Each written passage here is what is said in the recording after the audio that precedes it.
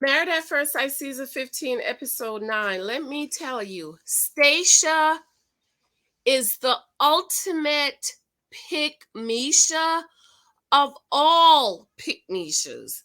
Of 15 seasons of be watching Married at First Sight, I ain't never seen a woman as desperate and pick Misha like Stacia.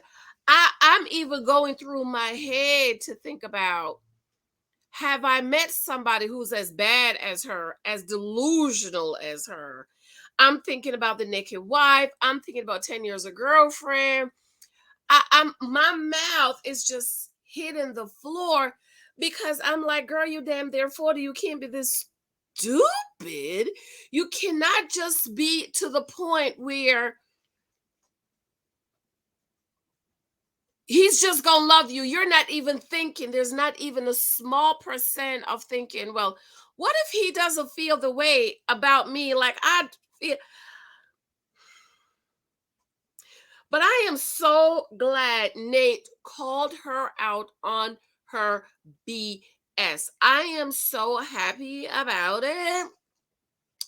And you know, I have always liked Nate.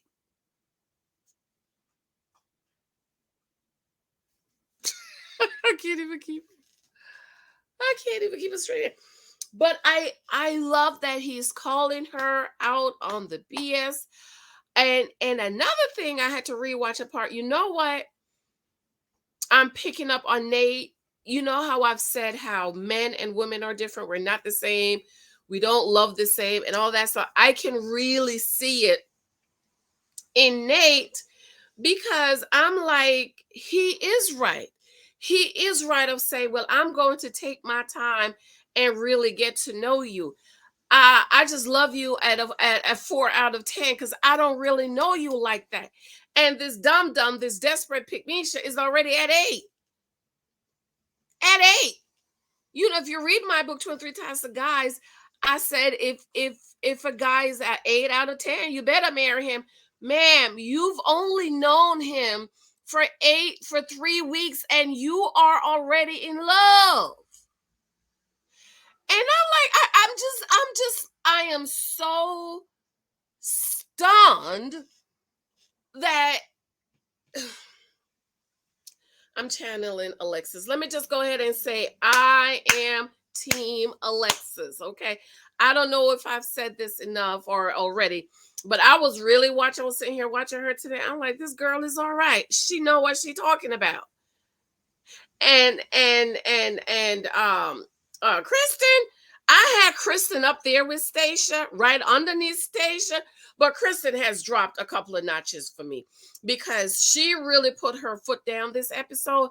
And I'm like, yes, Kristen, yes, yes, yes, you're getting it, you're getting it, you're getting.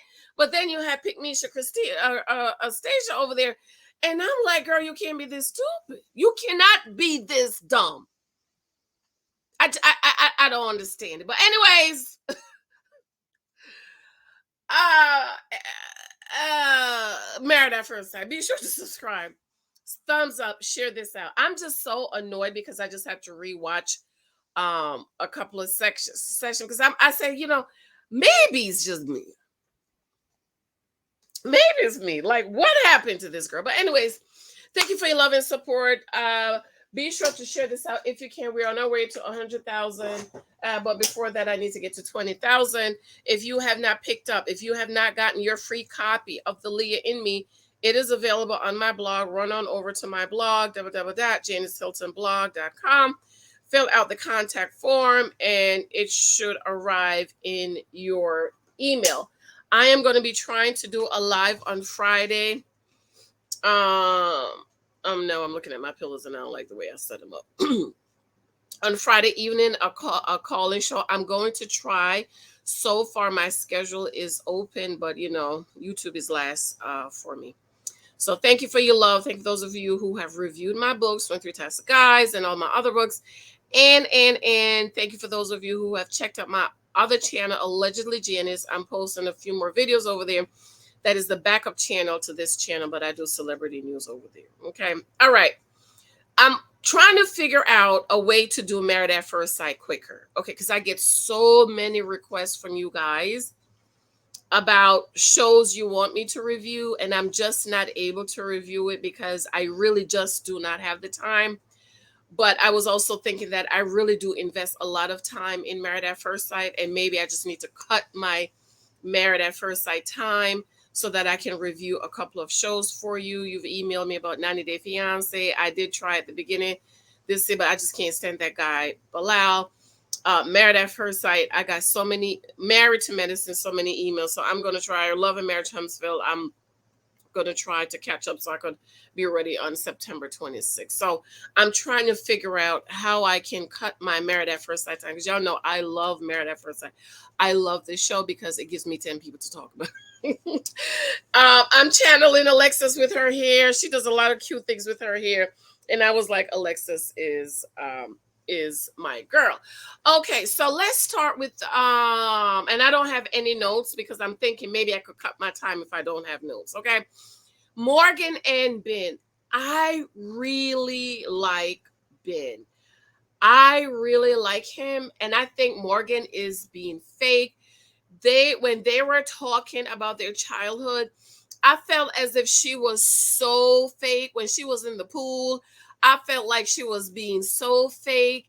And I don't really care for her. I think she is super masculine. She is a dude in a dress. And she continues to say, "Oh, I want somebody to love me for me and see me for me."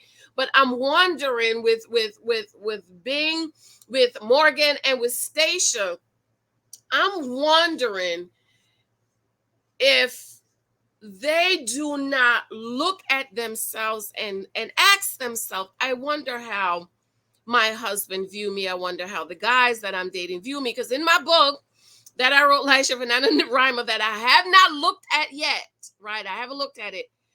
In the book, I talk about how do you view yourself? How do you see yourself? And how do men see you?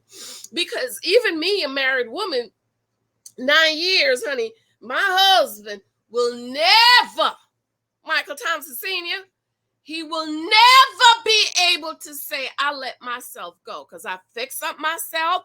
I make sure my hair is looking cute. I make sure I brush my teeth. I make sure I put on a little something on my face to even out my skin tone. I put my little lipstick on. I wash my hands. Okay, I do stuff to fix myself up, to work on myself and make sure I'm doing my best to be the best version of me. So I'm wondering, does Morgan not realize that she is not being the best version of herself? But then she said, I just got to the point where like, I don't care. And you know what this therapist said, when you say you don't care, you really don't care. You really do care. Because even in this clip a few seasons ago, and I was going to do a video on him, she was like, I really want him to love me for me. And she wants it to be, that's my wife. And I'm like, but what is it about you, Morgan, for him to love about you? And what is so special about you? And why should he say about you that you are his wife? Like, that's my wife. And I'm like, is she not realizing that I don't think she's been the best version of herself? Okay, I really like the swimming pool when they were doing the mermaid swimming. I thought that was cute. I loved when they were talking about their childhood, but then I rewind and listen again. I was like, why does she come off as really fake to me? In this episode, I really, really, really, really, really, really like Ben, and I had to rewind a couple of times to just listen to him. And even when he shared about his dad, I had to kind of pause the TV and kind of reflect to myself that I just think is that generation of parents who didn't tell you love them. I never heard that from my mom. I was 28 before my mother said, I love you to me. And I know it didn't really mean nothing. And she was only saying it because I confronted her. But then my husband, he was raised with a mom who, I love you, and very kind and complimenting them and so on and so forth, right? And so I really appreciate Ben sitting down and realizing that, I really didn't get the love and the affection that I need from my father, but that doesn't mean family is not important to him. And he also brought up that his parents were poor, and he basically lived in the poor neighborhoods, and we all know who lives in the ghetto, okay? And which explain why he loves the chocolate. I'm not saying only our kinfolk live in the ghetto, but come on now, hello. Okay, and so he was the only one at the school, and he was the only Asian, and they talked about his eyes and how he tried to be a people pleaser because he wanted to be loved and he wanted to be accepted. But I think that's a lot of kids, which is why it is so important for parents to be really involved and talking to their kids. And I think my generation of parents are doing better. At least I think so. Granted, I'm old. I'm 45 next month, and I have a 7-year-old.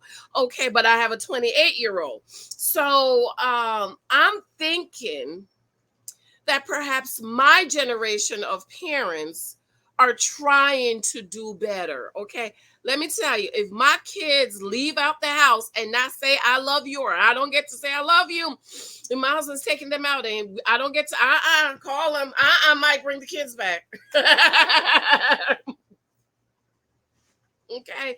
And you know, when I might be pissing me off, I'm upset, and I get off the way like I love you, and I'm like, and I had to stop doing that. I had to stop doing that because that might be the last time that person said I love you or you love them to them. And I think it's just so important. So I really appreciate being opening up and talking about how he was raised and how he was a people pleaser, and his dad just really wasn't there for him. But that, to me, it doesn't mean family is not important to him.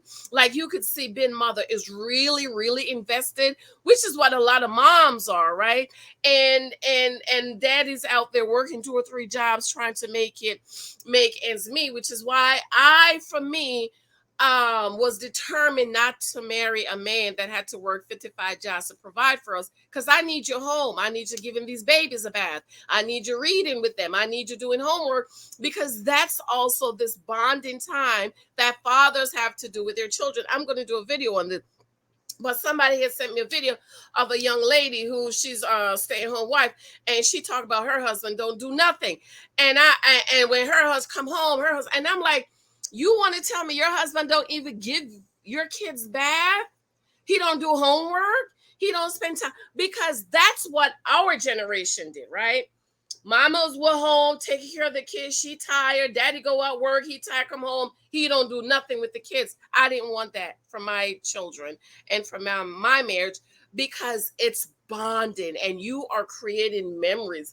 I remember me and Lexi went for a walk one day, and this is where we used to live. And every time I drive past that, she said, Mommy, remember that time we went walking around? It was just a walk. But for some reason, that walk stuck in her head, and every time we passed there, she remembered. I think Morgan really needs to go to counseling. I think she's very surface level, and I think I don't care over the hurt of the father. I'm writing something on that, because there's a whole lot of us, tell the truth, whole lot of us is walking around with a father's fracture. And if you was blessed and lucky, I don't like to use the word lucky, but I'm gonna use the word lucky to possibly, like I was blessed to meet a man of God who took me under his wings while I was still young and bendable. Come on, somebody, and shout.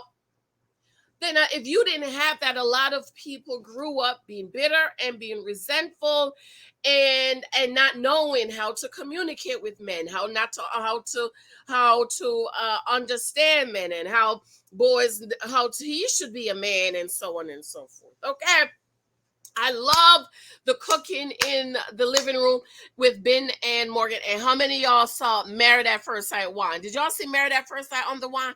And I said I was going to look up to see where me and Michael could get that little oven so we could sit right here and cook.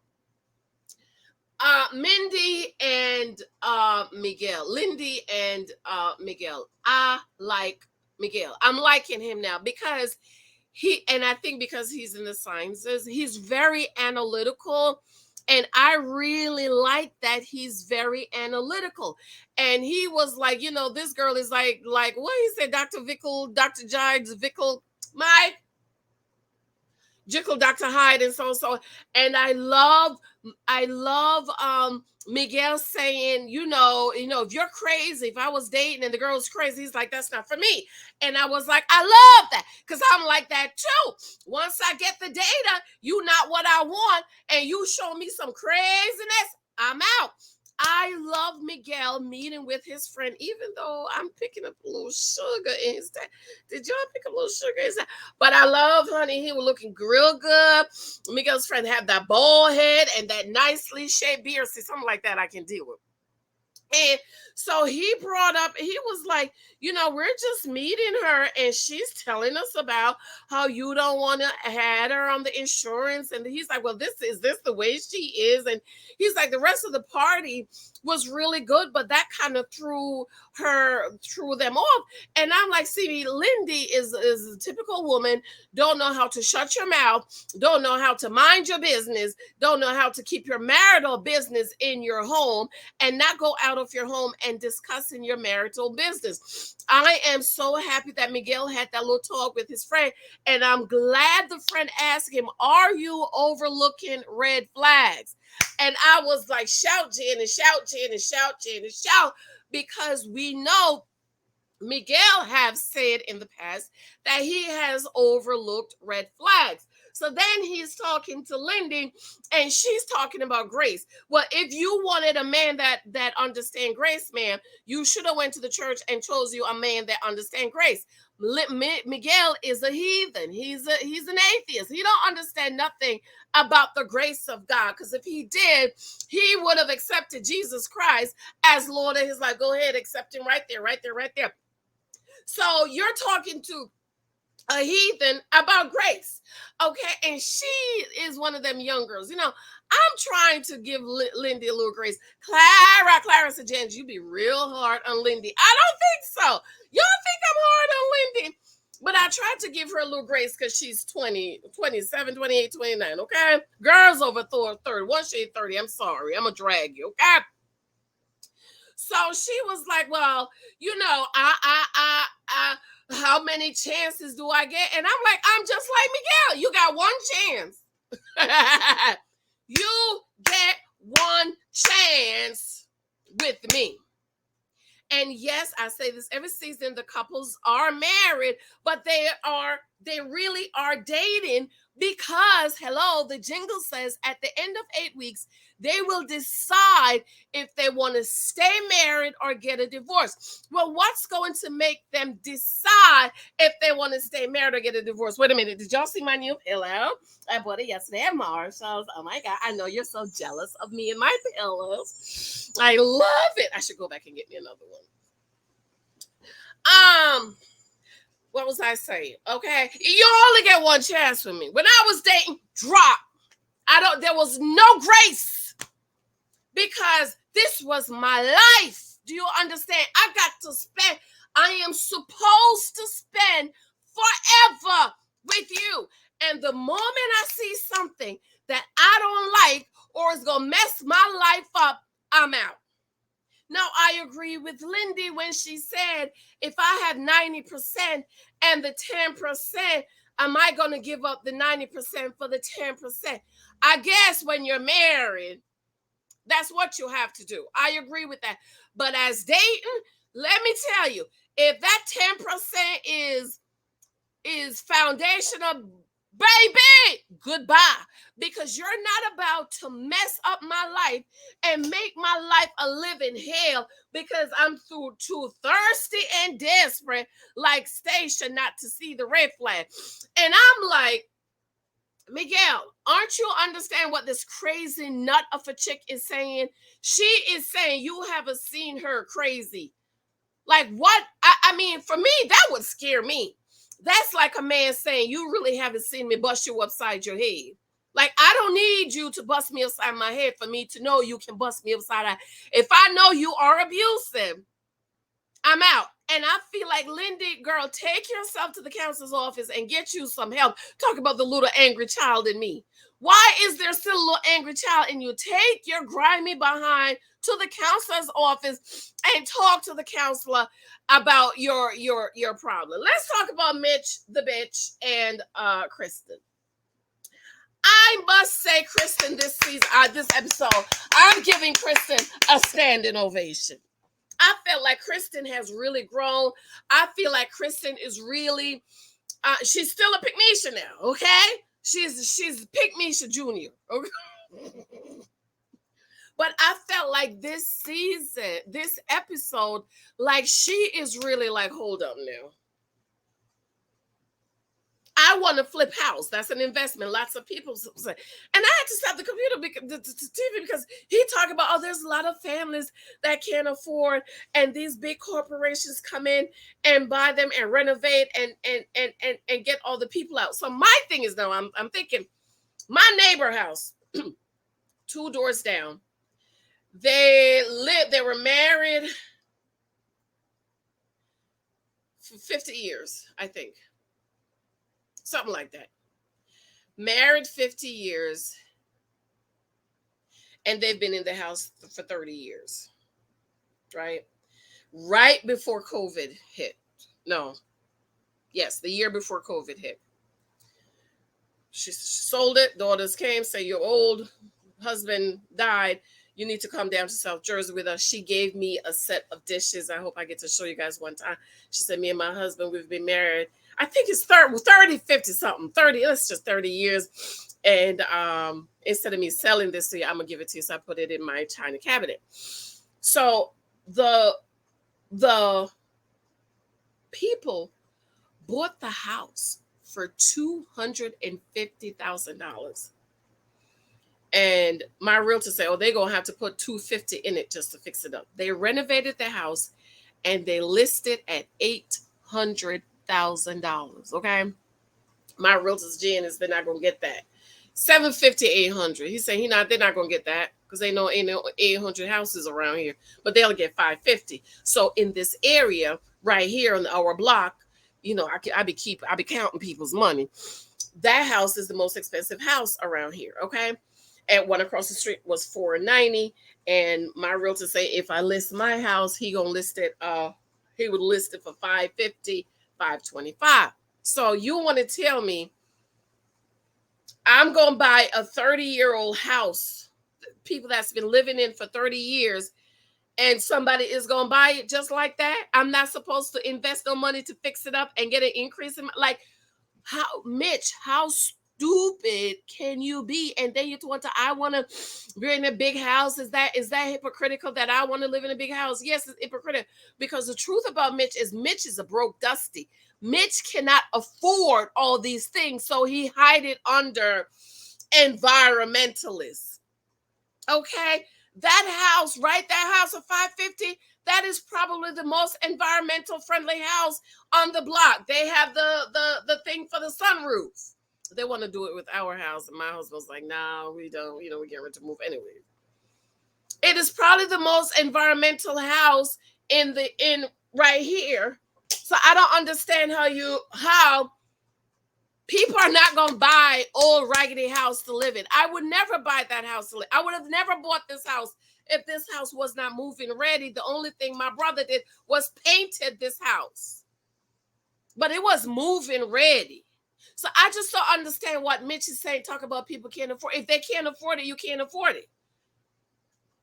Because these houses right now, I don't want to say we can't afford it, but my husband, we're not about to drop $800,000 on a house. There was a house last year Mike wanted to go look at. It was like $809,000, and he's gonna look at it. He said, I said, no, I ain't gonna come look at it because I'm gonna want it. You gonna buy me an $800,000 house? He was like, nope. I said, well, I'm not gonna come and look at it. It was newly renovated, and my husband is in architectural and stuff. He said, I want to see what they did. I didn't go look at it. So I don't understand what Mitch is saying about people can't afford. If they can't afford, you can't afford it. I'm sorry. Am I missing it? Because like I said, my neighbor house, that they've lived in for 30 years. Do you think somebody's going to buy this come raggedy house and move in? No, they have to fix it up. And they fix it up. But I am so glad that Kristen says you are questioning my character. She didn't say integrity and my integrity. And she, at the meeting, she was like, listen, I work hard for what I've gotten and I like nice things. But the truth is, Mitch cannot afford nice things. So he hides it under, oh, I'm being environmentalist and all this bullshit. Did you see your house?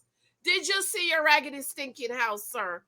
With stuff, excuse me, on the stove that look like it hasn't been cleaned in 6 years. Now we know everybody's stove get messy. Let's not go act like your stove stay clean.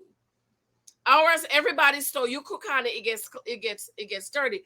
But I'm like, Mitch the bitch. The truth is, you can't afford it, and you see. That's why he's a dusty. You want Kristen to feel bad about how hard she's worked and what she can afford because you can't afford it. Cry baby and my girl Alexis. I'm drawing the line in the sand for Alexis. I am team Alexis the same way I was team Merlin. Alexis seemed to be very analytical. And I'm thinking she's analytical because Alexis be hanging around. All her friends are male. Okay. And we know men are very analytical. And they're talking. And Justin was like, well, you tell me you love me, how much you love me. She was like, no, I'm not uncomfortable. And then I said, Alexis, you was in love on the honeymoon, baby. You was being all emotional on the honeymoon. And now you're talking, no, I don't feel comfortable. I see. I don't like that about you. And maybe you was just doing it for Justin to feel better. And I love that she told him, I felt alone in the candy shop. And she said, me and you was dating, we would be over. I'm like, yes, girl. Yes. The moment you got up and walked out on me, let me tell you, don't do that. Big Mike, Alexis, don't do it. Do you want to see me get upset? Walk out on me. You know,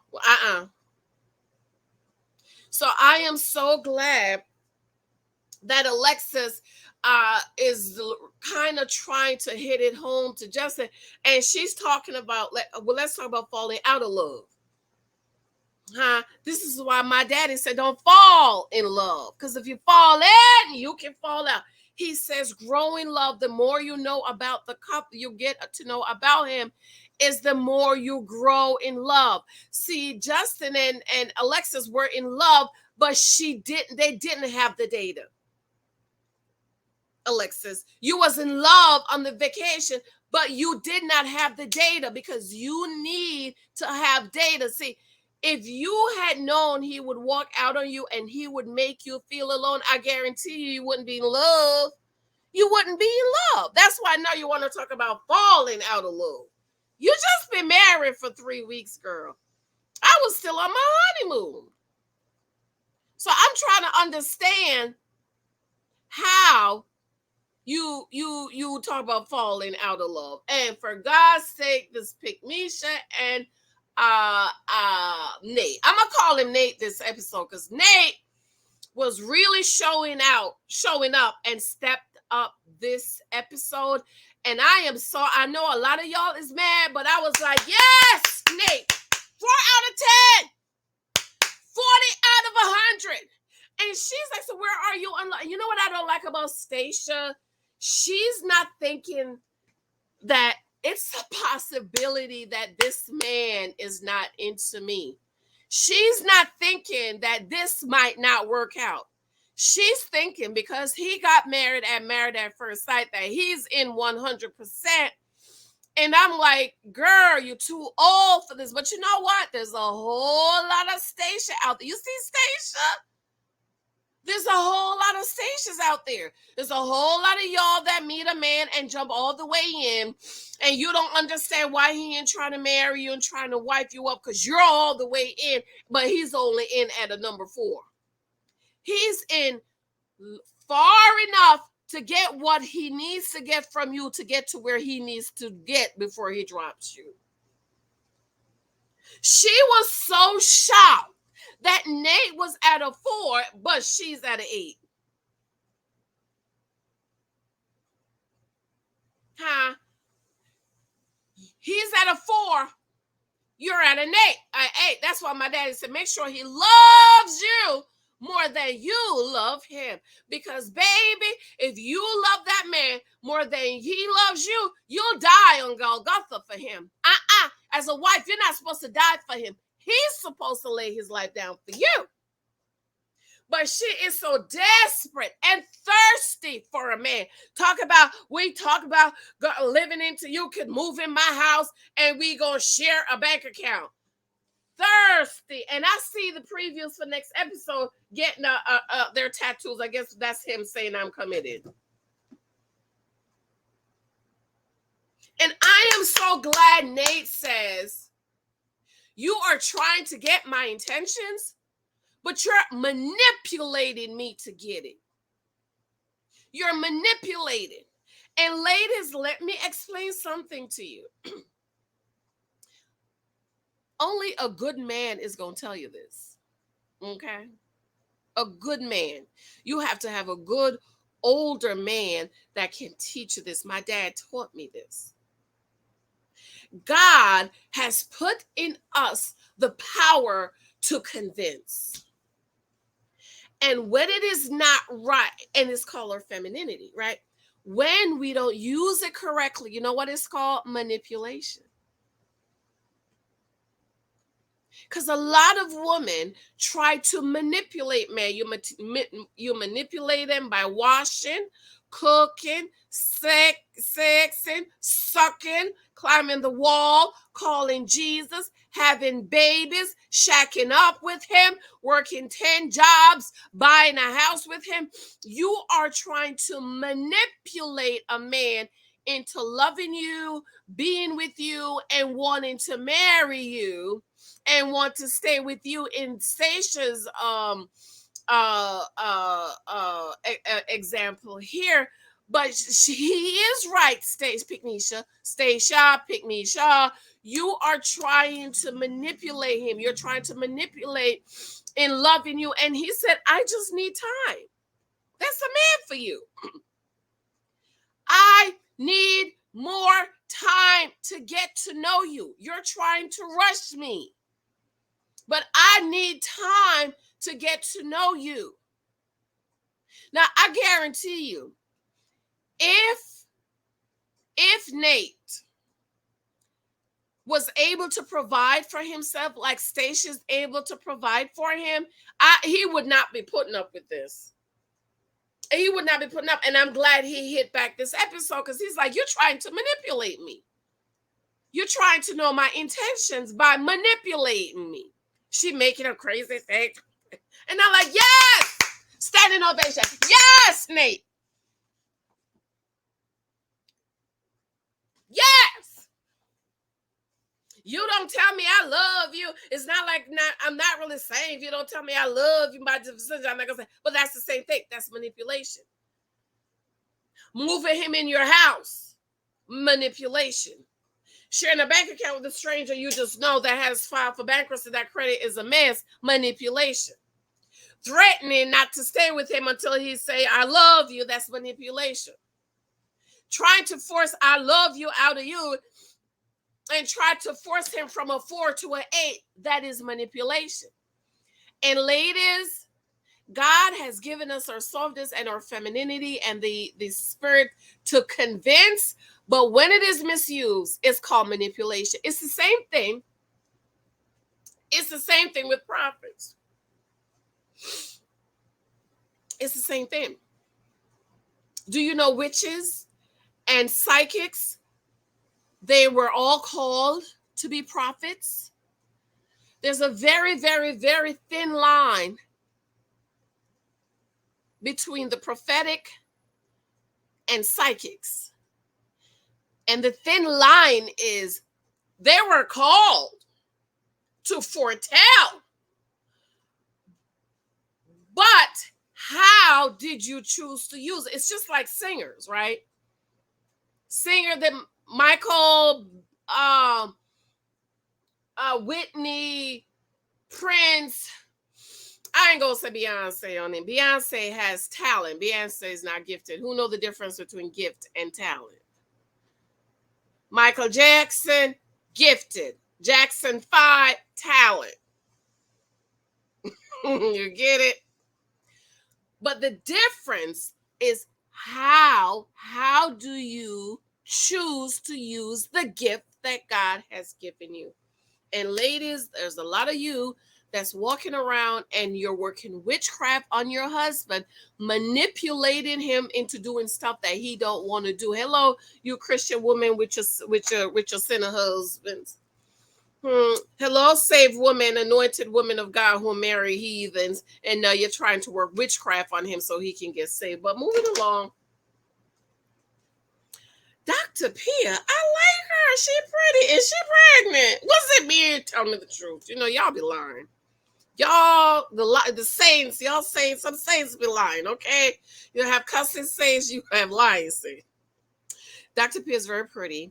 Love the dress. And I'm like, she pregnant because I have that dress and it's a pregnant dress. I love the little talk that she has had. I was like, Justin is talking too much. Justin, you need to shut up. Justin is just like a word that I don't want to use because I think it's an offensive word, even though I'm not using to that, but it starts with the S. You talk too much. You act like you're a woman and you up in women's business so much. And this is why you run back to go tell Ben business to Alexis because you run your freaking mouth too much. As a man, you should understand that another man needs to talk. Now, you know how I feel. Don't tell your business to nobody. But in this instance, I'm going to excuse it because they're going through the process. And you know you just need somebody to talk to. But because Justin is such a, you know what, started with the S and ends with the Y, he's flopping his lips. And even with Dr. Pia, he's flopping his lips talking about, well, I can take pain and I'm like a bulletproof vest, but I'm still vulnerable. No, it's not. You're not. You're not vulnerable. And I'm glad that each couple got to talk about what their issue is. But I really would have liked to hear more of what Dr. Pia had to say to the couple. And I love when I love what Nate says. But Nate, right here, Nate was playing. He was like, "Oh, you have to pay attention to my words." No, sir.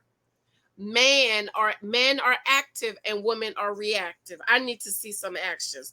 But he can't give no action because Stacia is being the man. Stacia is being the masculine one, and Nate is being feminine because she's taking on the word, the professing, the protecting, the providing. She don't profess. I'm at an 8 in love, which is a lie. She's already in love. I'm gonna provide for you. Move in with me. We're gonna share a bank account. You could come live in my big old house. And by providing, she's also protected. Because Stacia is a pygmisha. She is delusional. And I'm asking you, sister girl, you need to ask yourself, are you a Stacia? Because there's a lot of Stacias out there. I think there are more Stacias. There are more Stacias than Alexis.